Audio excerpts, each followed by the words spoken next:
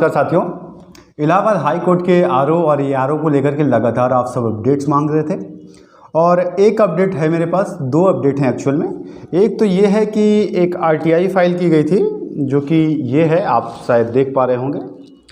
तो एक RTI file की गई थी, इसका जवाब आया है। ये जवाब है जिसको मैं आप सबके लिए पढ़ लेता हूँ कि क्या है आरटीआई का जवाब। और साथ ही एक चीज़ है जो मैं आप सबको बार बार कह रहा हूँ, आप सब काफ़ी सारे लोग जो आरओ में जो रिट फाइल हुई है उसका नंबर मांग रहे हैं आप सब हमसे कि रिट नंबर क्या है और क्या है। तो मैंने आपको कितनी बार बता दिया है, पता नहीं आप लोग किस मिस इन्फॉर्मेशन में जी रहे हैं। मैंने आपको अपनी पिछली वीडियो में बताया कि उससे आपका कोई लेना देना नहीं है। वो इंडिविजुअल 8 लोग हैं जिन्होंने अपनी टाइपिंग, जो उनके सेंटर पे टाइपिंग में गड़बड़ियाँ हुई हैं, जिसको लेकर के वो लोग हाई कोर्ट गए हैं कि उनको दोबारा टाइपिंग का मौका मिले। इससे आपके पूरे भर्ती पे कोई फ़र्क नहीं पड़ रहा है, इससे ना आपके रिजल्ट में कोई दिक्कत हो रही है, ना ही किसी और तरह की। तो कल उसकी हालांकि हियरिंग है, तो मैं आपको अपडेट्स दे दूंगा कल कि क्या हो रहा है। साथ ही मैंने ये भी डिसाइड किया कि कल मैं एक बार जाऊँगा बोर्ड में, रिक्रूटमेंट बोर्ड में भी जाके देखता हूँ कि क्या मतलब रिजल्ट को लेकर के गड़बड़ियाँ हैं। उसके पहले ये जो आरटीआई का रिजल्ट जवाब आया है उसको पढ़ लेते हैं। और आपको एक चीज़ मैं क्लियर कर दे रहा हूँ कि उस केस का नंबर मुझे पता है, बट प्रॉब्लम यह है कि वो इंडिविजुअल्स हैं and they don't want to reveal their names.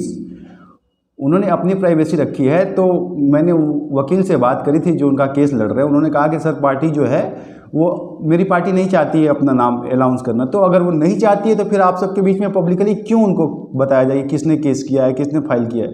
आपको भी करना है टाइपिंग इशू को लेकर के तो आप भी कर सकते हैं, वो उनका इंडिविजुअल फैसला है। अगर वो ये केस जीत भी जाते हैं तो सिर्फ उन 8 लोगों को फ़ायदा होगा, बाकी किसी को ना फ़ायदा होगा ना नुकसान होगा।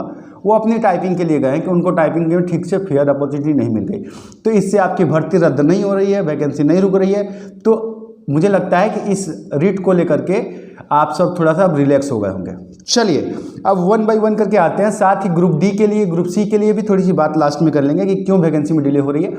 लेकिन आप सबको मैं बार बार कहता हूं कि चैनल पे नए हैं तो सब्सक्राइब कर लिया कीजिए, बेल आइकन दबा लिया कीजिए। आप पता नहीं किसको किसको फॉलो करते हैं, देखते हैं और गलत इन्फॉर्मेशन इकट्ठा करते हैं, और हम हमेशा से प्रयास करते हैं कि आप सबके लिए सही इन्फॉर्मेशन लेकर के आएँ।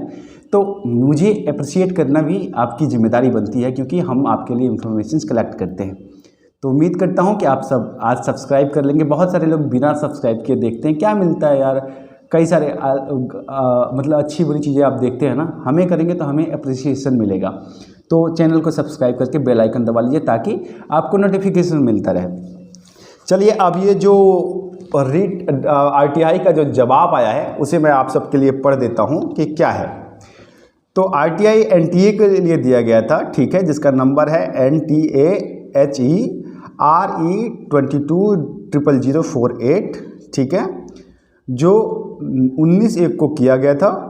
और इसके जो जवाब आए हैं वो रिप्लाई 1 जो कह रहा है कि आंसर जो क्वेश्चन था, अगर आप कहेंगे तो मैं बाद में हिंदी में ट्रांसलेट कर लूँगा, लेकिन हालांकि मुझे लगता है कि आप इतने कैपेबल हैं कि इंग्लिश को समझ पाएंगे।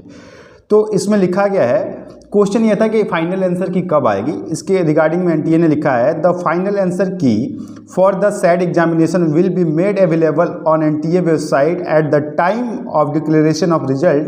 Please keep visiting official website recruitment.nta.nic.in and www.allahabadcourt.in for the latest updates. पहली चीज़।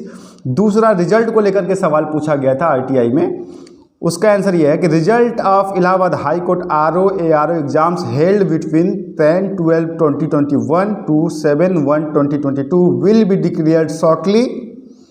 Please keep visiting official website for the latest update. दोनों में काफ़ी डिप्लोमेटिक आंसर है, लेकिन तीसरा जो है वो काफ़ी इंटरेस्टिंग है कि इसमें लिखा गया है, it may be mention that the role of NTA is limited to the conducted recruitment test 2021 of high court of Judicature at Allahabad. Declaration of its result and handling over the High Court of Judicature at Allahabad as per the norms, regulations, guidelines issued by the High Court of Judicature at Allahabad. Verification, और एक और चीज़ पूछा गया था कि verification कौन करेगा, कैसे करेगा, किस तरीके से किया जाएगा। उसका जवाब इन्होंने लिखा है, verification of original document and such other criteria it as may be prescribed by the Honorable High Court of Judicature at Allahabad, NTA has no role to pay it. तो तो ये जो है पूरी आरटीआई का जवाब आया है। पहली चीज़ इन्होंने साफ साफ लिखी है कि रिजल्ट ऑफिशियल आंसर कि हम देंगे रिजल्ट के पहले, वो आपको वेबसाइट पे दे देंगे। रिजल्ट के लिए उन्होंने ये कहा है कि रिजल्ट बहुत जल्दी डिक्लेयर करेंगे, वेबसाइट देखते रहिए। मतलब कुल मिला के डिप्लोमेटिक आंसर दिया है, उसमें कुछ भी ऐसा नहीं दिया है। एक तरह से आरटीआई का पैसा भी वेस्ट ही गया जो जिस साथी ने डाला, क्योंकि इसमें कुछ भी नहीं है। एक ही चीज़ है और सारी चीज़ें इन्होंने जो है वो भर्ती बोर्ड पे डाल दी है कि हमारे हाथ में कुछ नहीं है, हमारे लिमिटेड रोल्स थे, हमने एग्जाम कंडक्ट कराने का काम था, हमने करा लिया। इसलिए मैंने ये डिसाइड किया है कि कल मैं जाता हूँ एक बार आप सबके लिए, और बगल में ही है तो जाके एक बार पता करता हूँ कि क्या अपडेट्स हैं और क्यों मतलब लेट हो रहा है और क्यों मतलब क्या रीजंस हैं। ठीक है, तो मैं आपको जितनी जल्दी हो सकेगा पता करके सारी अपडेट्स दे दूंगा। एक चीज़ हमेशा याद रखिए कि डॉक्यूमेंट वेरिफिकेशन को लेकर के मैं बार बार आप सबसे बोल रहा हूँ कि आप अपने डॉक्यूमेंट सही कर लीजिए। और एक जो बहुत ज़्यादा इशू आप लोग लगातार उठा रहे थे, मैंने पिछली वीडियो में बताया था, डोमिसाइल सर्टिफिकेट और सामान्य निवास प्रमाण पत्र के बीच में। तो देखिए, डोमिसाइल और सामान्य निवास प्रमाण पत्र जो लोग कह रहे हैं कि एक है, वो एक नहीं होता है। डोमिसाइल का मतलब होता है मूल निवास प्रमाण पत्र, और सामान्य निवास प्रमाण पत्र का मतलब होता है कि आप जहाँ भी 5 साल से ज़्यादा रहते हैं वो आपका सामान्य निवास होता है। पर आपको डोमिसाइल की आवश्यकता नहीं है उस केस में जब आपने इंटरमीडिएट और 10th जो है वो आपने उत्तर प्रदेश के बोर्ड से पास किया है। डोमिसाइल सर्टिफिकेट उन लोगों को बनवाना पड़ता है जिन्होंने अपनी पढ़ाई आउटसाइड ऑफ उत्तर प्रदेश की है, लेकिन वो बेसिकली उत्तर प्रदेश के हैं। सिर्फ उनको ये ज़रूरत पड़ती है, बाकी किसी की नहीं। अगर ऐसे लोग होंगे तो वो मुझसे पूछेंगे तो मैं बता दूंगा कि कैसे बनता है डोमिसाइल सर्टिफिकेट। ठीक है, ये हो गया चीज़। अब आप लोगों में से काफ़ी सारे साथी जो हैं वो ग्रुप डी के लिए और ग्रुप सी के लिए बात कर रहे थे कि उसकी वैकेंसी में क्या देरी आ रही है। इसके लिए थोड़ी बहुत इन्फॉर्मेशन कलेक्ट कर ली है मैंने, और एक ऑथेंटिक जानकारी आ रही है, एक बार वेरीफाई कर लेता हूँ, फिर मैं आपको इसकी सारी अपडेट्स एक साथ दे दूंगा कि क्या प्रॉब्लम है और कितनी सीट आ रही है, कितना नहीं आ रहा है। उसके लिए आप वॉच करते रहिए। जैसे ही कंफर्म हो जाएगा, जैसे इस तरह से क्लियर होगा, मैं आप सबको पूरी इन्फॉर्मेशन दे दूंगा कि क्या क्या चीज़ें हैं, क्या क्या हैं।